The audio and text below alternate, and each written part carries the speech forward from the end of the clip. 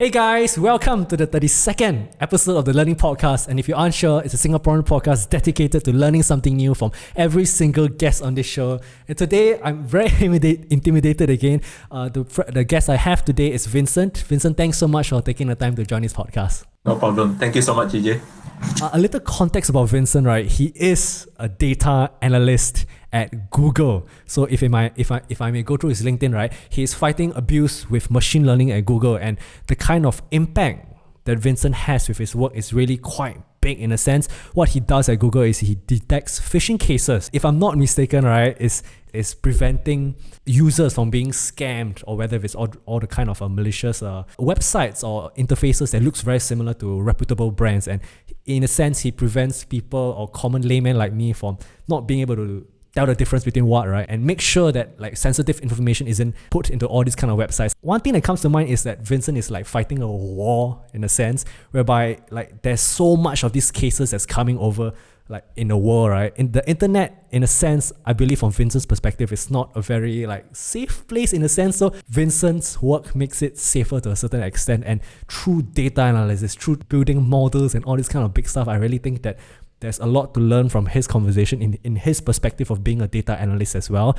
A couple of reasons why I think this conversation will be helpful. Vincen't himself comes from Indonesia, and I'm very interested to see in terms of his thought process of him coming to Singapore and hustling all the way in working in prior companies like Visa, Lazada. He studied at the Singapore Management University and ending up at a place where all software developers, all data analysts wants to end up, which is Google. So I think I want to be able to just find out in terms of his journey, his struggles, and how he reached there. Another reason why I think this conversation will be helpful is from a data scientist point of view. I'm involved in media analyst, and looking at numbers, trends is something that fascinates me a lot. Like you want to really understand why certain trends happen, why certain trends doesn't happen. And I think that Vincen't can share a lot of the core fundamentals that it takes to being a good data analyst. Because data analyst, if you go across and read some of Vincent's article, I'll link it up in a video description. He talks about how data is very hot nowadays, but it wasn't really a thing when he entered the industry 5 years ago. So I think I just really want to find out what does it take to be a good person to look at data. I know on the sidelines, Vincen't also does a lot of consulting work. He's very actively involved with the SMU alumni.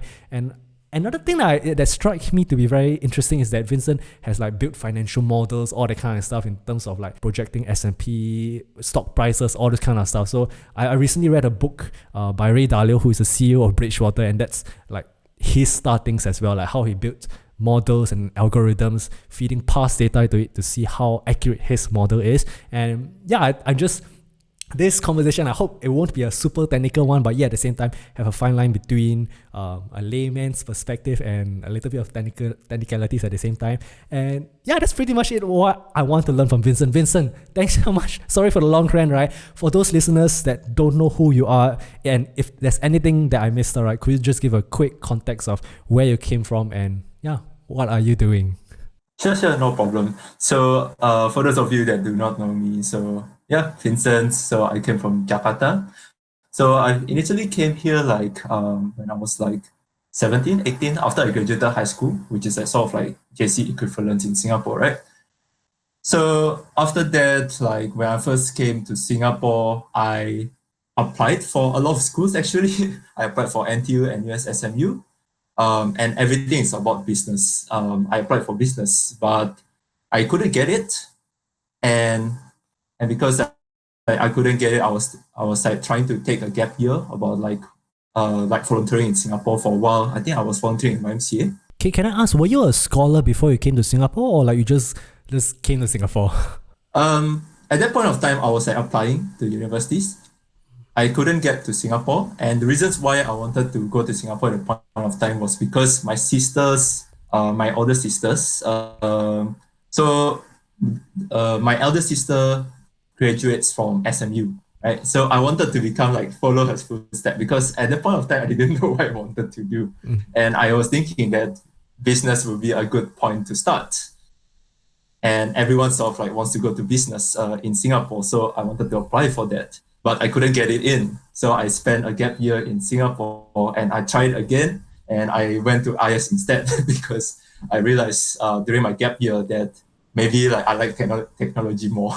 So in a sense, like, is it right for me to say that you didn't really know that you wanted to do data analytics, but it was more so that it was just the course that you managed to get into?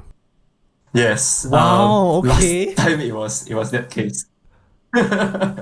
On that note of knowing what you wanted to do, right, at that point of time, like, you had, like, from my perspective, I really had no idea as well. Like, you're just seeing what options were available to you. But was there any inkling that data science was something for you, or at that point of time you really had no idea? At that point of time, honestly, I really had no idea. Even like when during the freshman year in SMU, I was at sort of like trying everything that I can touch on. So I was trying like young consulting at a point of time, and I was doing a lot of like mind sports CCA, or maybe like so basically it's like playing chess, like learning how to play like Western and Chinese chess. And I was doing like triathlon clubs as well. So I did a lot of stuff when I was like in first year and second year of university. But in the third year of university, that's where it comes, right? Like there's a specialization of track in analytics. Luckily, at that point of time, I didn't know what analytics is, but I have a mentor from my church cell group studies, and this mentor of mine was a consultant in analytics consulting company, and currently he's a smart city head of smart city in Jakarta. So I really learned a lot from him, like at that point of time, what it's like to become a data scientist. And it kind of like clicks, like when I was in third year, it kind of clicks because I like sort of like hacky stuff. I like building things through codes, uh, which was a good reason why it's a blessing in disguise that I didn't get into business because I liked information systems more at that point of time. Okay. And yeah, and but at the same time, I also like to see my impacts, right? I learned from Kunjang Consulting that it feels really good. Like when you have analysis, you sort of present it to your clients, and then your clients actually implemented it, and we have like results. So I was thinking that analytics sort of like in the middle, and like it kind of like hits both technological aspects, which I really like the challenges, and the business aspects, which I really like the impacts. I want to know like how this is useful for my society. So during that point of time, I did a lot of like you mentioned that I did value investing, for example, tools. I was creating value investing tools for my finance friends because like at that point of time there was no talk about analytics at all. There were like more talks about trading, investments. I think SMU have like 4 trading related clubs, Yeah, which yeah, is overwhelming. yeah. I'm pretty sure NUS as well. Yeah.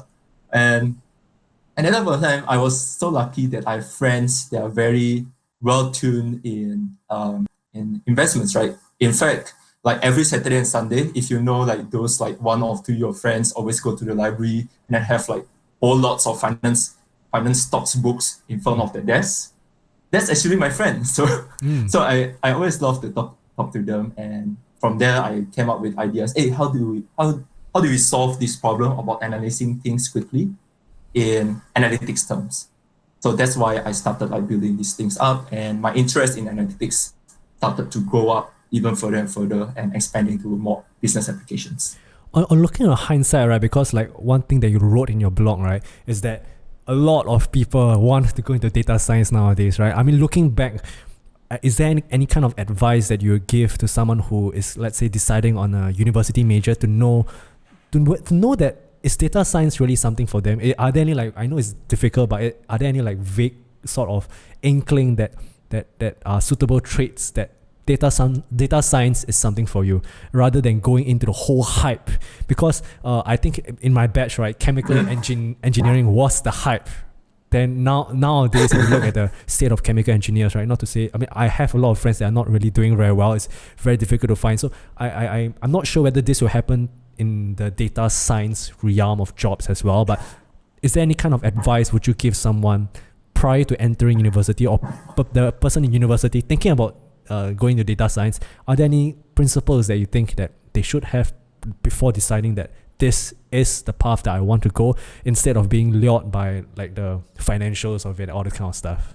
I think nowadays, especially since like data analytics is hype, I wrote an article about it, but it's very, very tough, right? It's like a war out there, right? Like maybe during my time when I was still at sort of the first batch in SMU, like the supply is like way fewer compared to what you have now. Nowadays in SMU, NTU, NUS, everywhere has like specialized data science course. And if you take a look at the IGP, right, indicative grade profile, it's very hard. Yeah. And I wasn't sure if that point of time I couldn't get into analytics course at that point of time. I would have to say that you should start nowadays if you want to go to analytics, you should start on finding what is your biggest strength. And the reasons why I'm saying this now is because that many have wanted to go to analytics, but they do not have any inklings of what they want to go to analytics for. And they might have a different perceptions, and they might be very, very felt fair, a little bit of inferiority compared to the computer science students, which are more like technologically inclined, for example. And I have these situations when I presented in front of SIM students as well, like they have a data associate clubs. And during that time, when they are data associate clubs, there's this first year that came up to me, and the first thing that they will ask, right, is that what side projects do I need to do? Tell me what side projects do I need to do, Really? right, to establish the standings. Yeah, yeah. I was quite surprised. Mm. It was quite interesting also to see that. I mean, you're first year, so I have to say that when I was in first year, I didn't do much of the side project yet. I did a lot of like stuff, including like becoming a chef and so on.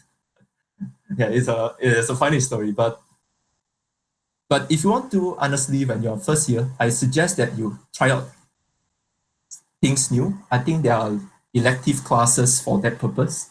Don't go with the mindset that you will become like very successful in as a data science in the first year, because that is the point where you are still exploring your self identity, right? And I guess when time comes, second year and third year comes, and then you sort of like know, oh, okay, this is actually my strength. My strength is regarding marketing. Then you can use your domain knowledge in order to use analytics to communicate your domain knowledge. So if you are very well tuned in finance, you can learn how to use analytics to invest in stocks market.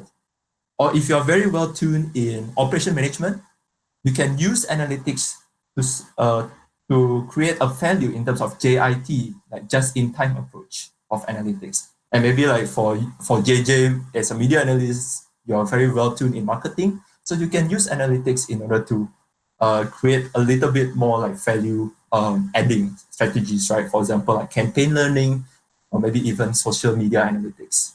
So I have to say for first year, let me recap. For first year, you should explore your biggest strength. For second and third year, that is the point where you are trying to put analytics inside your strength.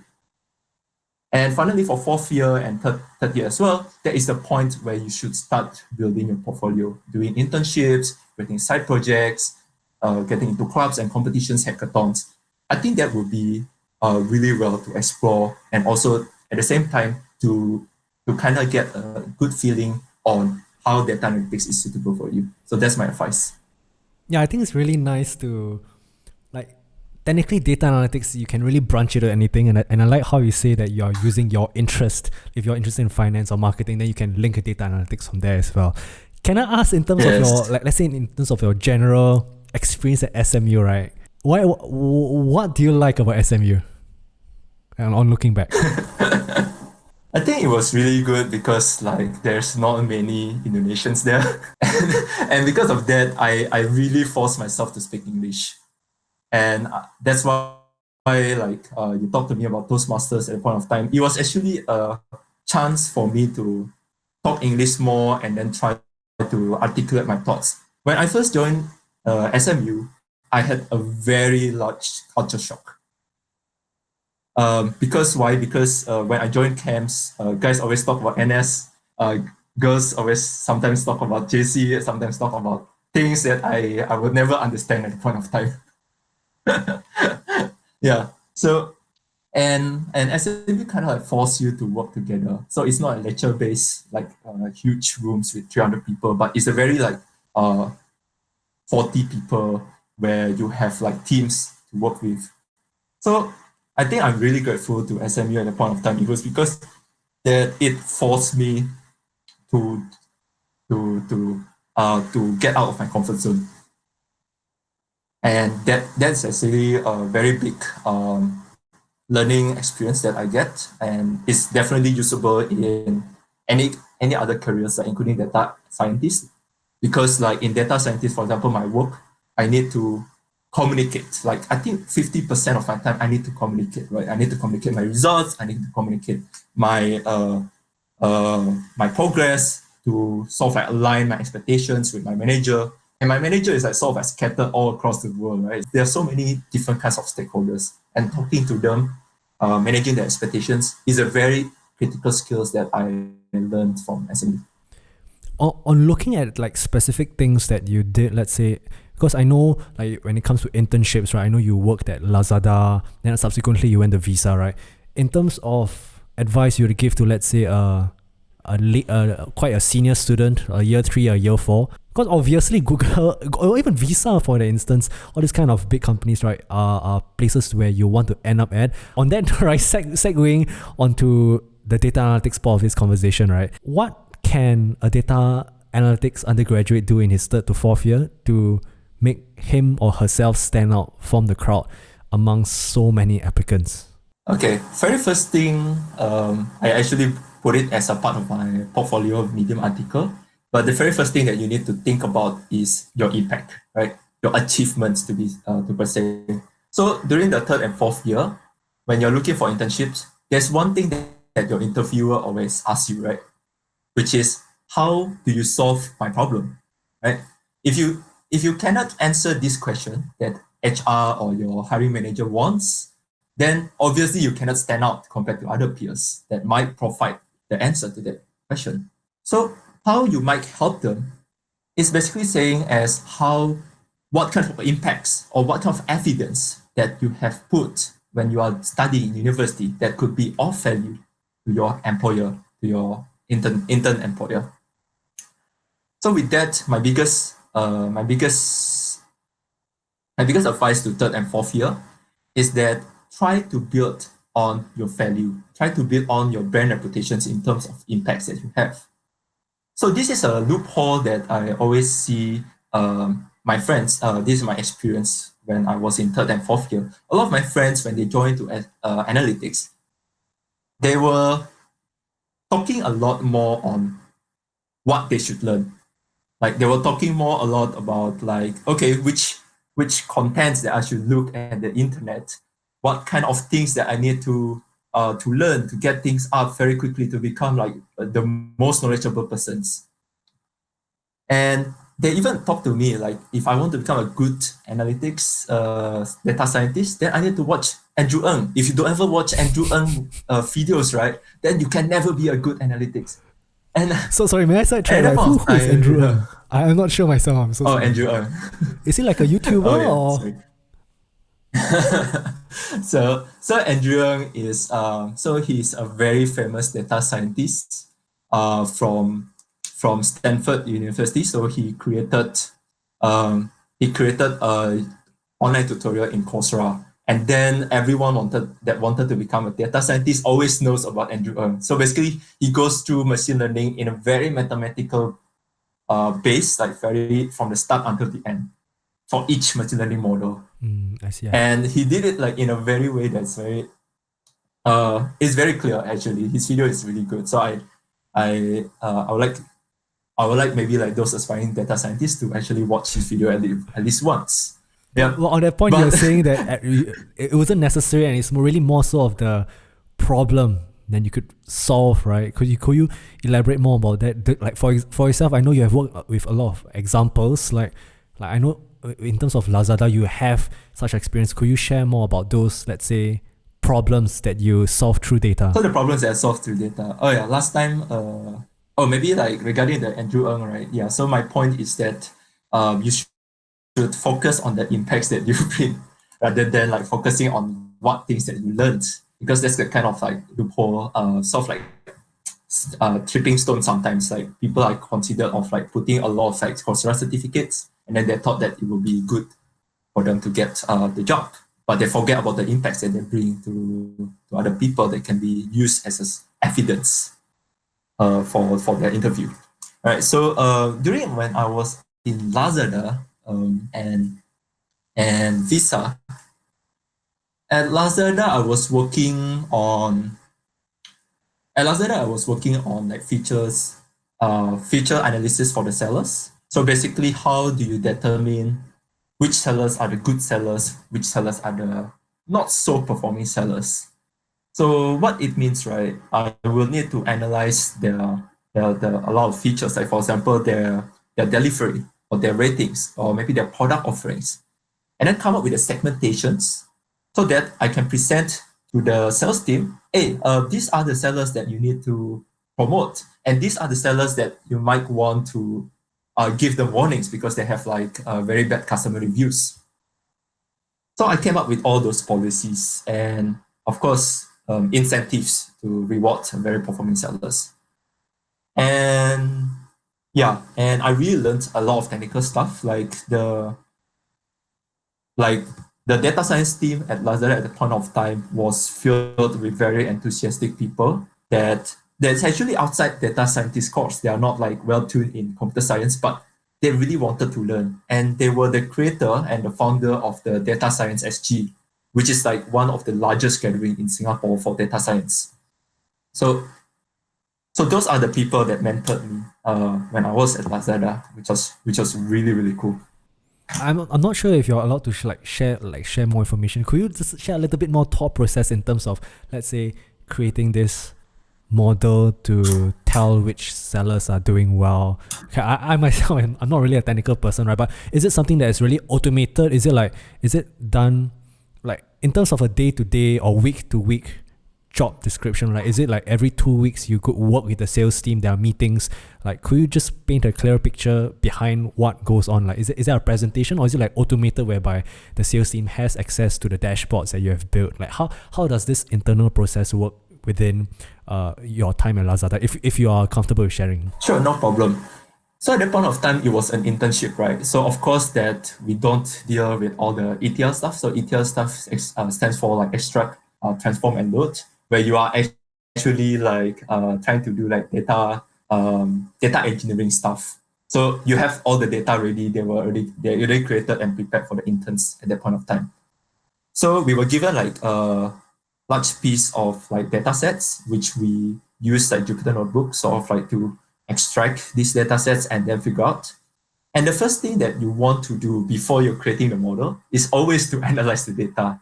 It's always to understand how this data is extracted, what each of the data means. So we have metadata, but sometimes metadata is like, metadata is basically the descriptions of the data, right? And sometimes it's not very clear. So we really need to talk to the internal team, like what each of the data means. And sometimes if they don't know, then we talk to the sales team. Sometimes if they don't know, then we talk to the operations team. So there are so many teams that are involved in just to understand the data, right? So after we understand the data, we need to clean up the data. We need to make sure that those data are chopped well in a very manageable way, sampled well. I think you might know about this because in media analysis you talk about like large number of data a lot, right? You need to like solve this discretize it, right? A lot. To make sure that I'm sure. Yeah, they make sure that it's choppable and then analyzable within a short period of time. So we have those as well. And after that, we do a bunch of like EDA. EDA stands for like exploratory data analysis, where we try to find a little bit of like sense about where the data might lead us, right? And of course, this is where the iteration goes. Like you have business problems, then you export the data. Based on the EDA, you find a little bit of insights, you confirm again, reformulate the business problems, and then it's like whole loop. All of this before the machine learning models and all those mumbo jumbo stuff. And afterwards, once I come up with the clear insights, oh, I think these are the features, like delivery matters more or which one matters more, that is actually very, very important. And these are the possible thresholds that we can take.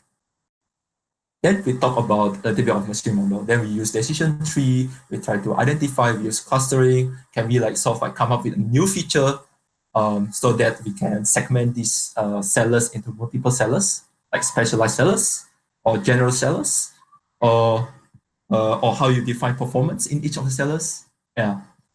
Then after that, we promote it. Then they will try to do A/B testing, like evaluating whether it makes sense in the production data. And afterwards, then they launch it. So currently, it's already in launch in Lazada. If you click on the seller's side, you see a star there, and then you see like in terms of delivery, in terms of like value, in terms of like product, then they have like ratings. So those ratings are actually inspired by the analysis that I did with my team. On that note, right, on the like, let's say the general principles, right, of being a good data scientist, right? I know it's kind of repetitive in the sense like you talk about having hypotheses of business problems and looking at the data and it's how it's a circular motion. In terms of, let's say, the general things that makes a good data analyst to have strong fundamentals, because one thing I also know you talk about, let's say for listeners out there, right, Vincen't has wrote an article about imposter syndrome as well, and I thought it was very interesting in a sense whereby he talked about having a strong fundamental would help with dealing with imposter syndrome in a sense. So in terms of these fundamentals, right, that data scientists should look out for, or at least the common mistakes. Okay, maybe for mistakes, I know I'm long-winded, but in terms of mistakes, what are general kind of mistakes do you see like junior data analysts making in a sense? All right. So the background for the imposter syndrome, right? Maybe I should like explain a little bit more about that and what my article includes, right? So for me, it's like my personal experience when I moved to Visa or when I moved to Google. There's always the case of like imposter syndrome in data and technology world. Why? It's because that it's always fast moving, right? Like 5 years ago, we never talked about analytics. Then now look where we are. Or maybe like whatever that we learned today might not be like updated like in 1 month or a few months time. So it's very stressful. You always need to have the constantly the needs of like proving your worth, and at the same time you also need to make sure that when you have like performance review, because like most of these companies, right, tech companies and data companies, their performance review is very quantitative based. It's like in NUS you have like A, B, like those kind of like grades, right? The bell And curve. in Google, yeah, bell curve, right? In Google, right, we also have a bell curve, right? So we have like, yeah, in Visa, Google. So like whatever that we have like in our ratings, right, it's always based on comparisons with the other peers that are inside the same level or maybe like different levels. So it's always like the pressure to create something. And when other people sort of like success, maybe like they are more successful, so-called more successful, or like they produce something, then suddenly you have this feeling that, hey, am I like insufficient? Like, am I really like going to come to this company where it achieved a lot of things like AlphaGo and quantum computing and such? Yeah, quantum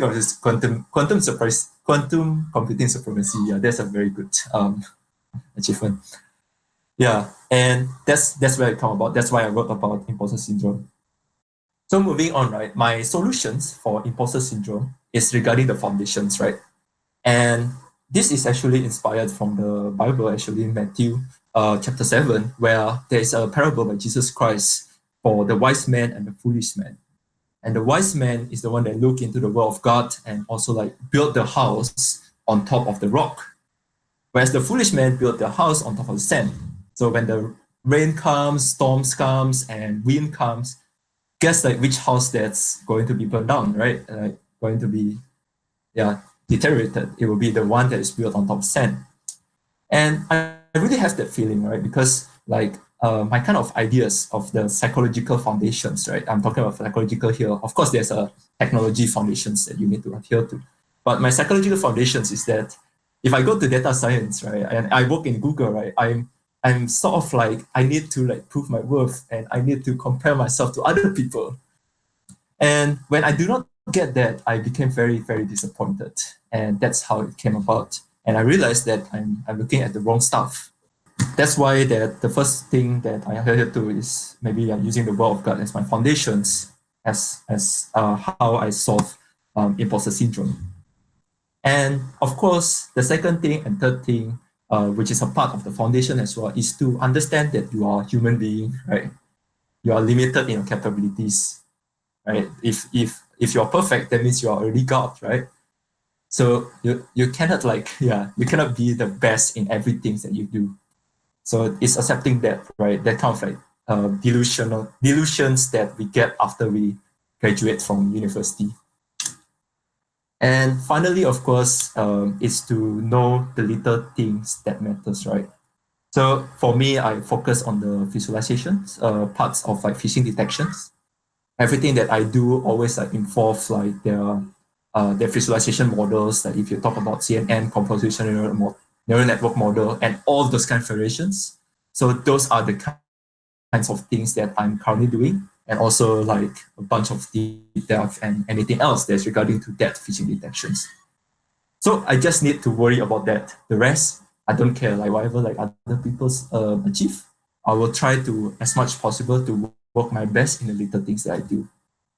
So that's how I solve like imposter syndrome. Still a learning process. It's always like continuing to always remember this. But I think having a strong foundation like the word of God for me, it's really amazing. Yeah, I think it's interesting to, like, from your conversation, right, is really to focus in on what is relevant to you and really be an expert at it. So, like, I know that we tend to fall into the trap of, let's say, comparing ourselves with the accolades of others when it might not be that relevant to the work that we are doing. And I like how you simply phrase it in a sense to really choose the work, do whatever it takes to make you better at your particular job instead of being so distracted by what others feel. And yeah, I think when it comes to all this kind of tech thing, like when it comes to mindset or like how you have used faith into grounding yourself in terms of dealing with imposter syndrome, I think it's a very simple and nice way to deal with it as well. On that note, right, in terms of, okay, let's say for phishing attempts, right, I'm not sure if you're allowed to share, but would it be right for me to say that like there are hackers or like people with malicious intent out there to get information, right? Is there like a case study can you share with us, like, wow, this is quite a world-class attempt at really trying to scam someone in that sense? Is there, could you share like in a more of a general principles? There are really smart people out there that use their talents in maybe I would say evil ways or bad ways in a sense, but yeah, so you are dealing with that, right? Like, what is the most beautiful phishing attempt that have you seen from your perspective in terms of being expert at this like security realm? I don't know, I think so, like, wow, you know. Yes, honestly, it was really, really deep. Yeah, and you're right to say that there are so many like interesting cases. So let me share a few, but I will try to make it generic. Of course, I couldn't Yes. share much. Obviously, if I share like very technical details or if I share much, then the attackers can follow me, right? Yes, Then don't. like whatever I do will be like useless. Yes, like in just a But macro yeah, perspective of how they definitely. made it perfect. Okay, Almost. cool. Yeah. Right. Or else we cannot publish this. Yes. Yeah, but a very general one, right, would be like, for example, like now it's a COVID period, right? And there are a lot of like scams, especially to promote per se like they are masquerading like banks, they're masquerading like government officials, or they're masquerading many different kinds of like health related officials in order to scam people to give their critical information. For example, give me mask under a certain company, and if you give me your identity, then we give you masks, that kind of stuff. So there are a lot of like people, especially nowadays, people are panicking. They really need money. They get unemployed, um, and we see a lot of cases where there are so many like attackers that are trying to take advantage into this. And of course, we get a lot of like COVID related escalations, and I cannot share much about it, but definitely that is something that I'm trying to catch because like imagine like there are like what makes me like very interested in this, right, is the impacts that I bring, right? Like I'm working for Gmail and Chrome. So I'm working on the phishing detection on Chrome. In fact, like we just released it. So when you put in your passwords into the login page, and then you see a pop-up saying that, hey, are you sure that you're going to come to this website? Or are you sure you're going to input your passwords on these websites? because mostly when we receive these links, right, to phishing websites, it's always like in the middle of like urgency, right? And then we get trapped. We don't really care that it just looks like a certain company, so I think that this is a certain company, right? So we don't really think about it anymore. We just like give passwords, give our information, credit card accounts, and there are a lot of scams like that happening. And it's really like it really motivates me whenever I hear like stories about a certain auntie that maybe like avoids getting fished, avoids losing thousands of dollars of their saving accounts because there is a warning that says, "Hey, you shouldn't visit the website. Are you sure? Can you double check?" So that's the kinds of things that I do. So Sorry, I couldn't get very yeah, I know. No, it's specific okay. Like details, but introducing more yeah. steps in the user interface to really to protect users in a sense. Can I ask in terms of because Yes, and the detection was. what's Sorry. the geographic responsibility that you're in charge of? Is it like a global team working on this, or are you like focused on phishing in the APAC region, or it's like really a global team working with each other? Yes, so we have like global team. We have global team everywhere, and each of the different teams and geographic locations have different roles, and each of them like will handle escalations from different kinds of like time zones, right? So for me it will be like global, right? Sometimes I get from like requests from many different kinds of parts of the world and Europe or maybe like South America. So it's like very actually it depends on what time or like when the certain escalations come in and for us to settle. Okay, that's interesting. On that note, right? Let's say, okay, I know this is I'm sure you get this question a lot of times, right? I know for yourself, it wasn't your first time that you applied to Google, and like I think you tried multiple times as well. So, as cliche as it may be, like, what are the kind of generic tips would you give to someone who's interested to work at Google or the biggest tech companies in the world? Because like technicality, I'm sure you really have to be there. But aside from really knowing your stuff as a data scientist, or whether if it's in the software engineer field or whatever technical fields that you're interested in pursuing at Google, like what kind of if I'm interested to work at Google, what will you say to me? Oh, okay. What I have to say to you is that I think Google is like really have a stringent hiring process based on what I know. In fact, I had like 5 interviews to get into my role. Um, and like each of these interview, they will have like very convoluted process, right? Just to make sure they don't have like false positives to disrupt their cultures, to disrupt their team, right? So it's very stringent. And for you to actually increase your chance to work in Google, you need to establish on your personal story about the impacts, right? It's always about the impacts in data companies. If you don't have the data to support the way we should hire you, then we won't hire you. So that is when I actually put it a little bit of my stories in one of my article regarding a data science interview. But for me personally, I think writing a blog really helps because when I talk about certain things, projects that I do, and then they are very interested to know more, then I just link up to their links. And I think they were quite impressed in knowing that you actually do things outside of work, outside of school. They really want those people that show off like googliness per se. In a sense, right, on that note, right, I know you write a lot of blogs, right? A lot. You have made a YouTube channel as well. And for those listeners out there who are interested in data science, right, I even checked out quite a couple of the YouTube videos myself, right? And it's really something that, if I may say, right, I really think everyone should create a YouTube channel to talk about the things that they are interested in, because it really shows, like, and I can really tell, like, from watching Vincent's videos, like, he's really interested in what he does. So in terms of, let's say, on moving on to another note, right, in terms of things that you could do outside, perhaps not directly related to your field in terms of content creation, right? Like writing blogs, creating videos, right? Can I ask, like, how is your progress like in terms of keeping up with this content calendar via YouTube, via writing blogs? How often do you do it, and what's your inspiration when it comes to writing such blogs? That's very interesting because when I'm writing these blogs, right, I was thinking like what would help my juniors Yes, at yes. that point of time. Because when I first started this YouTube, right, it was because that I realized that because data analytics was still very new in SMU, so there were a lot of like dropouts in analytics specializations Drop because out. business students, yeah, dropouts, yeah, literally dropouts, so they don't want to do analytics Oh anymore. man. And the reasons, yeah, so at that point of time, the reasons was because the learning curve was too high and they didn't see the point of doing it, right? Because suddenly they needed to learn how to code. So so when I first created my YouTube channel, it was to help them, right? It was to I joined work collaborated with SMU BIA, Business Intelligence and Analytics.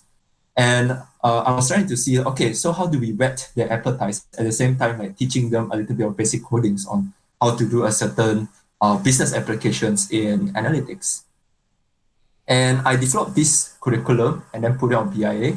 And then after that, broadcast it to these students, right, who are my friends, right, who are like trying to learn and something new in analytics, given their limited time. SMU people are very busy at that point in time.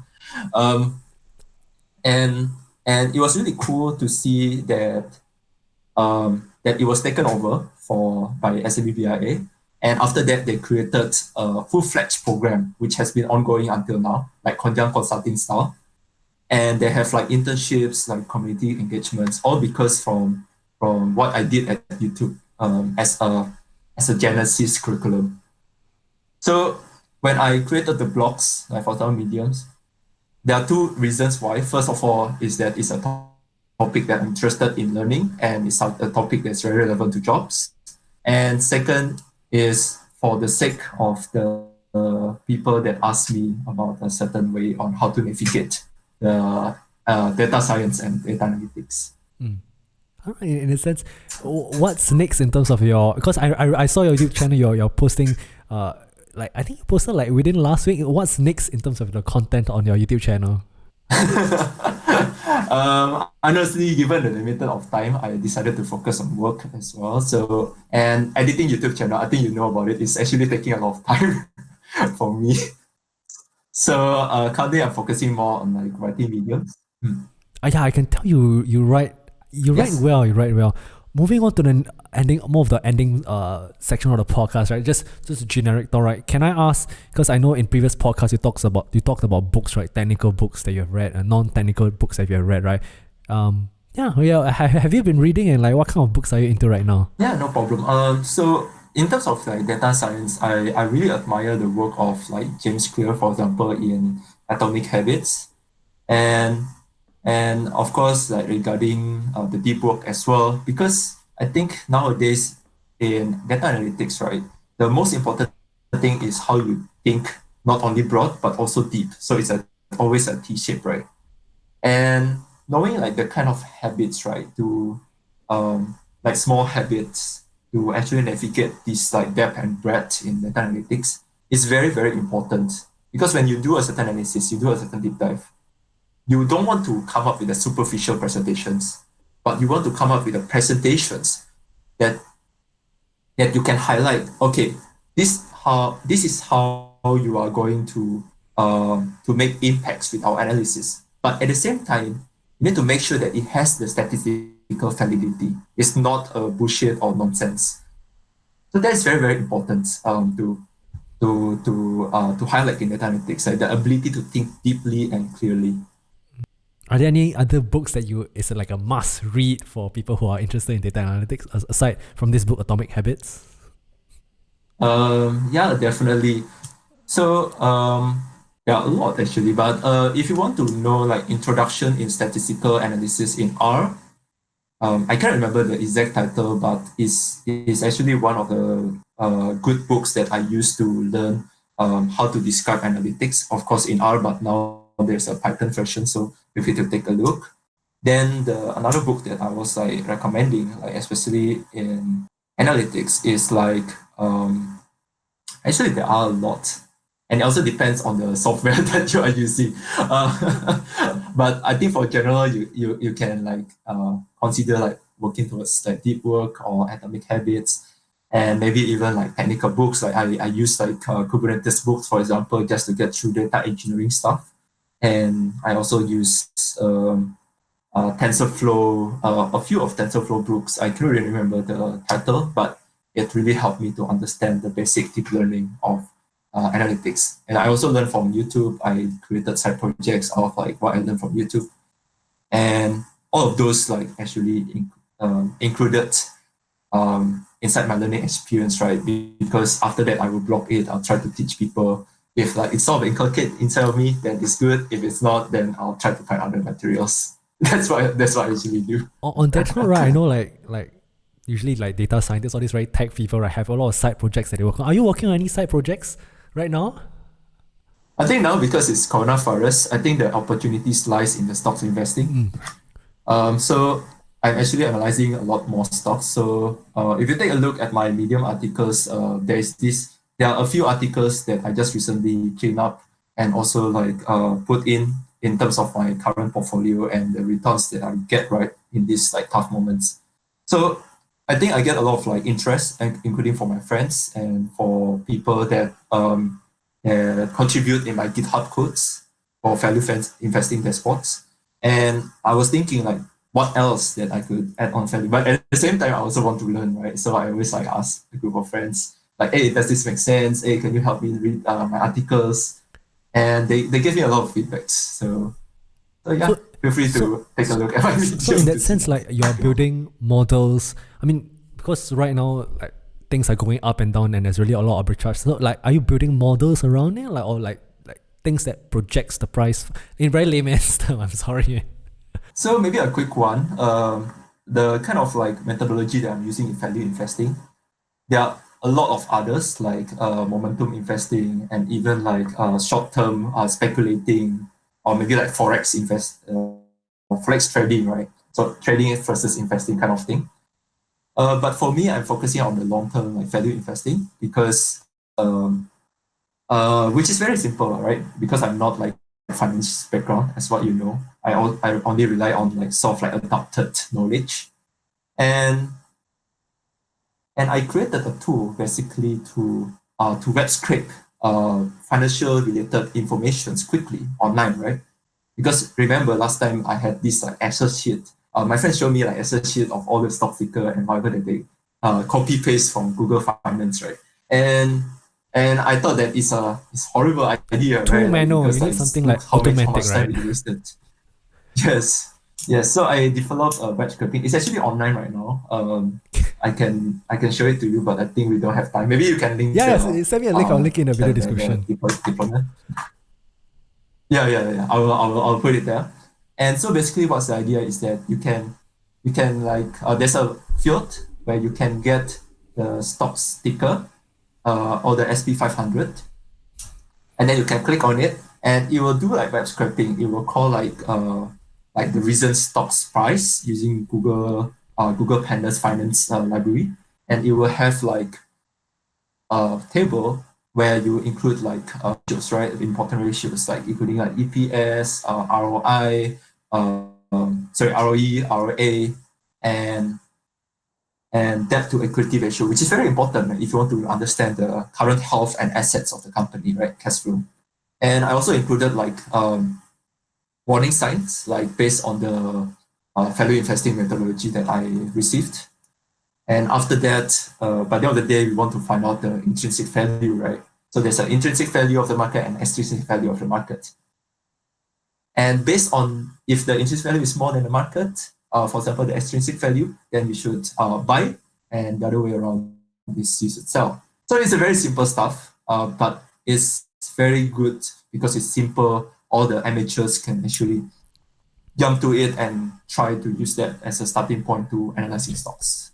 So uh, I'll just summarize if I didn't get that wrongly, right? So basically, is it right for me to say like it's a dashboard that pulls data from many different sources into a single platform, so you are able to see the performance of whatever stock that you're looking at from multiple points of view? There are multiple variables that you look at to inform you whether this is a stock worth buying or not, instead of like the manual process Yes. of pulling everything. Yeah. Okay, I can empathize with that. I can empathize with that.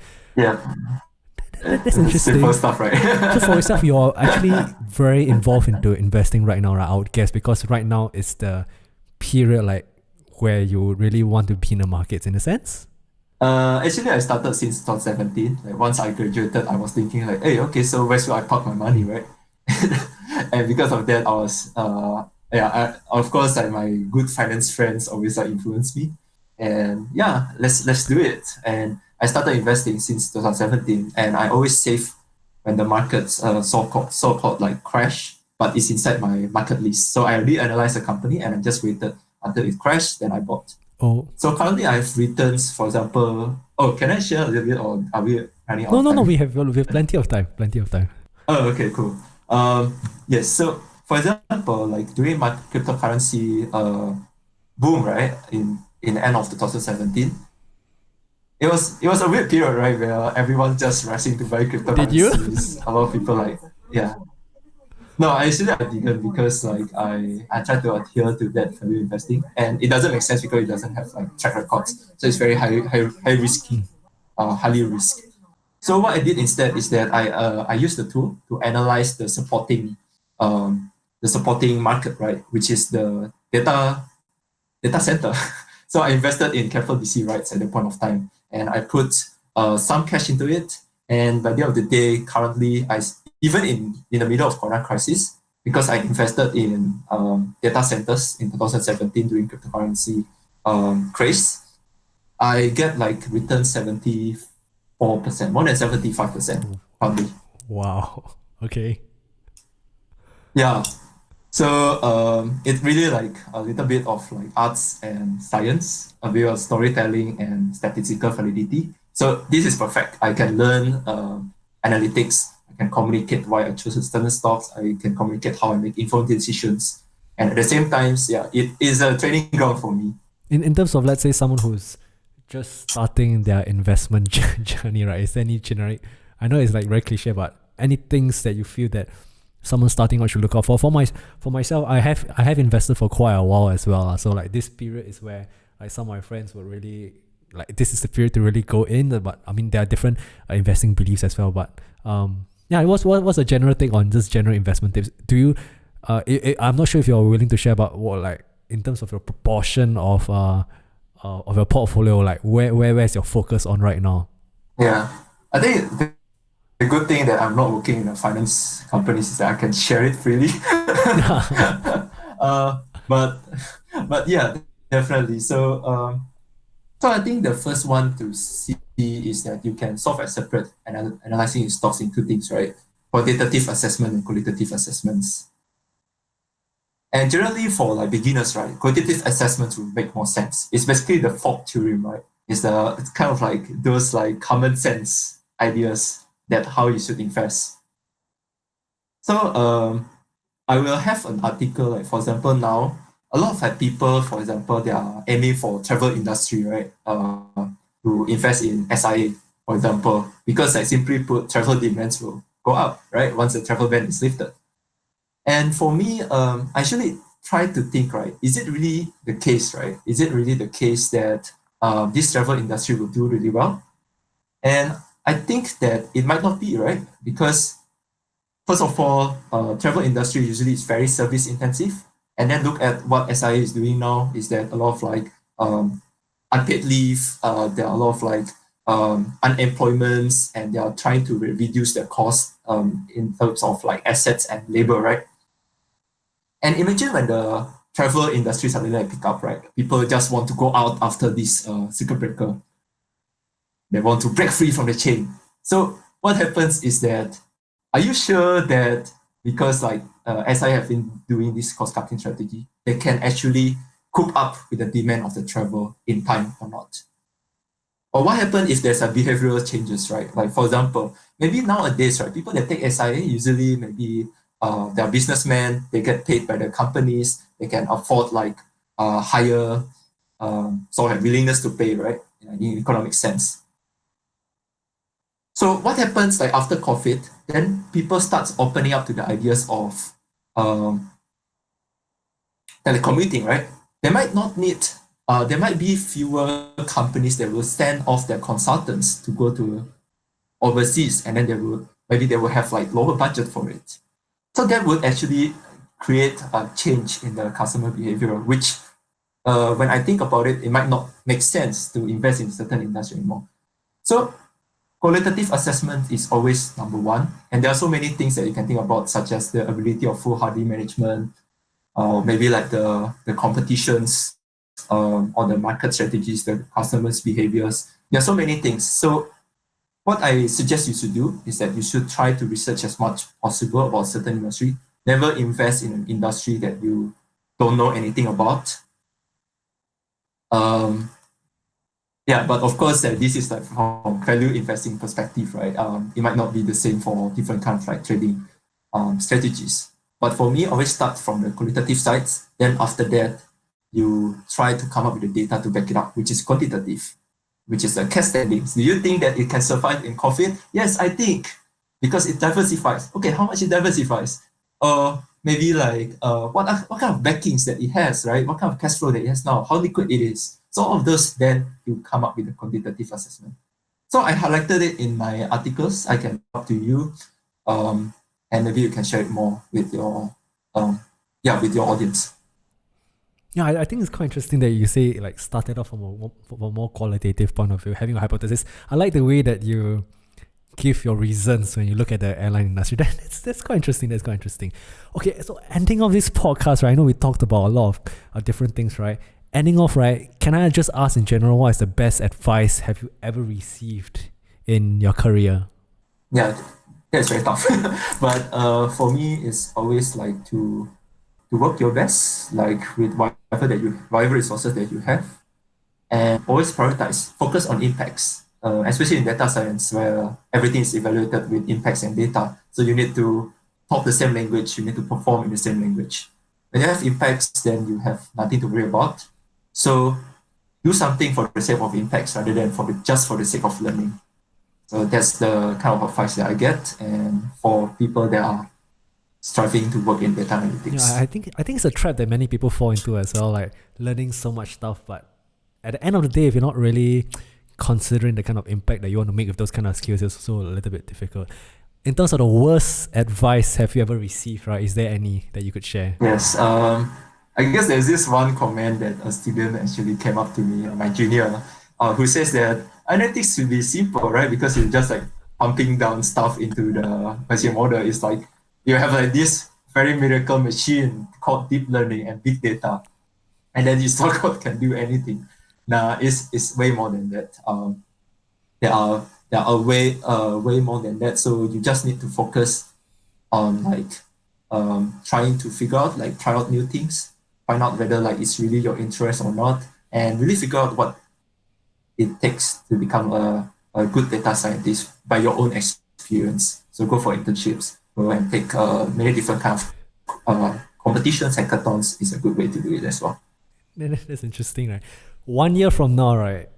What tangible events do you want to happen that will make it the best year for a career or life in general? What tangible events do you want to happen within 1 year from now? I think if I can so-called like if I can glorify the Lord in whatever that I do, right? And if I can use whatever that I learn, not only for my own sake, but also for the sake of like teaching and for the sake of like sharing it to people regarding what I do. I think that is considered like very, very it's considered a very success, right? Because like I try my best to become as we are a person with the most integrity, and I try to become the persons that doesn't waste opportunities to actually make life better, not for only for myself, but also for society and for people that surrounds me, and most importantly for God. That's very nice, right? So I expect more content from your YouTube channel Yeah. and more articles from you. Yeah, but I really think it's interesting that um, you're I really guess actively yeah. involved in like alumni, like sharing your expertise. I really think that more alumni or in general people in the industry should take that kind of step in terms of contributing back to the community. And at least that's from my perspective how I hope to contribute back in my small ways through like mini LinkedIn content, through doing this podcast and having this conversation with you. That's why I think I feel that there's a middle gap that let's say undergraduates there's so much more information that can be given down, and I don't see that when I was at that point of time. So I really appreciate you like really sharing your journey with me in terms of joining this podcast and like all the content you come up with. Thanks so much, Vincent. Right, so Vincent, is there any last words that you want to say at the end of this podcast? Yes, prepare for war, keep praying, and never give up. Yes, I really hope this virus period will be over soon. So, Vincent, for those listeners that want to reach out to you in terms of finding out more about, let's say, Google or about data analytics, or is it whether it's value investing, right? Where are you most active on, and where can people find you? Yes, so I always link people to my LinkedIn page, so feel free to message me on LinkedIn. Okay, Ken, thanks so much, Vincent, and I really want to thank you for taking the time to do this podcast. I know it's still a little weird. I really hope to have this conversation in person, perhaps once this virus period is over, right? But really, thanks so much for joining this podcast, and really hopefully see you soon in real life at Google. Maybe. I sometimes go to Google, but yeah, I'll ping you one time if I'm ever around. Please. Yeah, if you're free for lunch, please feel free to come, or for any of your audience, feel free to arrange a meeting with me. Okay, Ken, Vincent, thanks so much. Yep. Okay. Thank you.